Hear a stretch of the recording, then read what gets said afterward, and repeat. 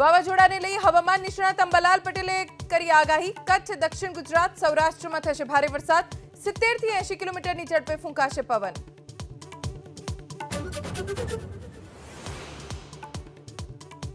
વડોદરાના ગ્રામ્ય વિસ્તારોના રસ્તાઓ ધોવાયા। વડોદરા તરસાલી નેશનલ હાઈવે બાયપાસથી 20 કિલોમીટરના રોડનો કચ્છરઘાણ વળ્યો। અનેક હાઈવે પર ખાડાનું સામ્રાજ્ય।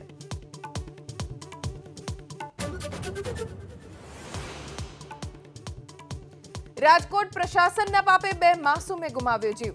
કોર્ટ બિલ્ડિંગ પાસેના ખાડામાં પડતા બાળકોના મોત। ઘટનાને પગલે પોલીસ સ્થળ પર।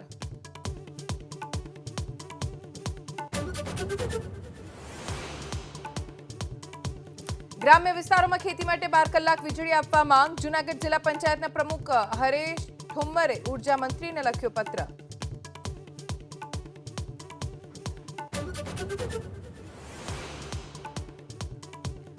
વલસાડના વાપીના ડુંગરા વિસ્તારમાં આગ। ફર્નિચરના લાકડાના ગોડાઉનમાં આગ લાગતા દોડધામ। ફાયર વિભાગ સ્થળ પર, જાનહાનિ નહીં।